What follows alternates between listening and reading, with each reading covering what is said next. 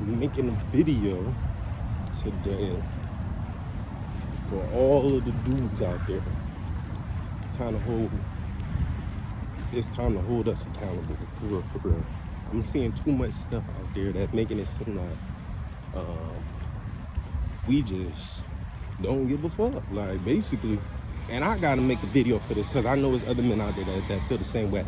And I gotta let the ladies see this video so that they understand that it's dudes that resonate with what I'm about to say.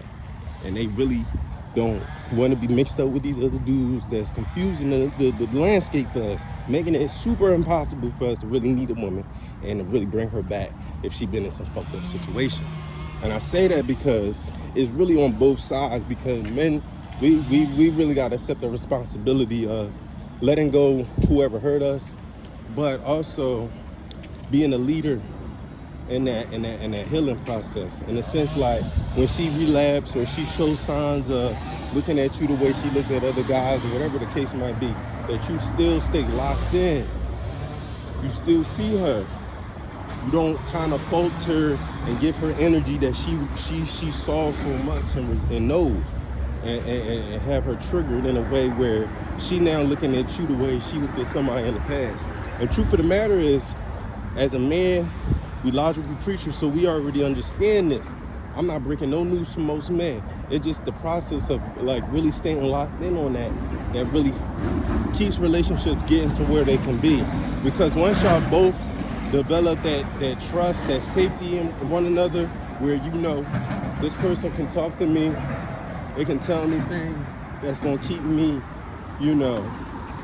locked in. Like, you talking to them about things that you know you've been through, and you're not afraid to be vulnerable in front of this person. You got to get to that stage in your relationship because it's so important. Because you don't understand, like, when you feeling vulnerable or she feeling vulnerable, like, the world is creating this illusion around us where we feel like we got to match a certain type of person to really be loved and appreciated.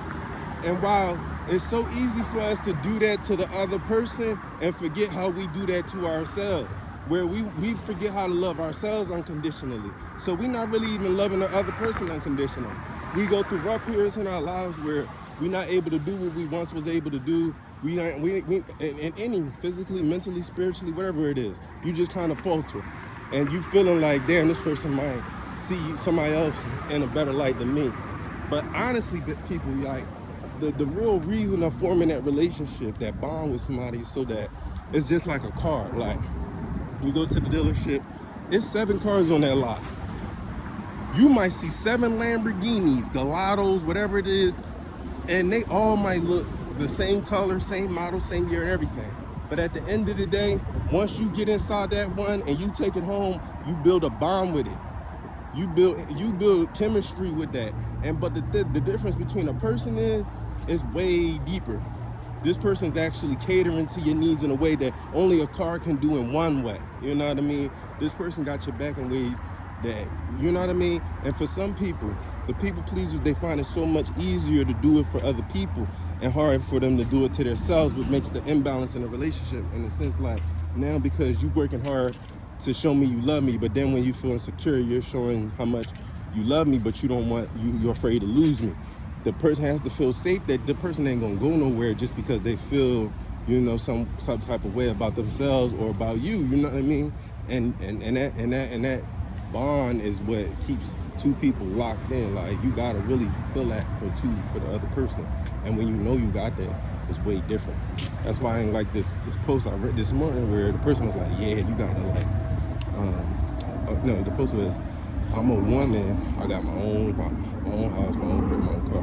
Bam. So she was saying, like, what can a man offer me? But the whole thing is, when you get into a relationship with somebody and they die, or y'all been together for a certain amount of years, that criteria you based, what that person offered you ain't never gonna be based on that. It's not gonna be based on, like, damn, this is what I'm saying at the funeral, that they had a nice house, a nice car, blah, blah, blah. Like, it don't really ever measure up like that. And if you had a loved one in your family that was being measured by somebody that they was dating based on that, you would be like, damn, they more than that to me. You know what I mean? So it's always a kind of tricky scale to be evaluating somebody. Now, on the same measurement, we see how like people want to say like you doing certain things for yourself, taking care of yourself, shines a light on you. But like in life, everything is about a team way of getting it done. Whether it's how we learn from infancy on, like you're not learning how to talk on your own. You know what I'm saying? All these people that talk about self-made, if there was nobody around you, you're not learning half of the things you're learning. You learning them because you was around people that taught you these things. Like, people want to say they product of their neighborhood, but then you ain't self-made then. You can't be talking about you from the hood and then calling yourself self-made, because if you were self-made, you wouldn't be from nowhere. You know what I mean? Your whole identity would be from within. But like, people be so confused.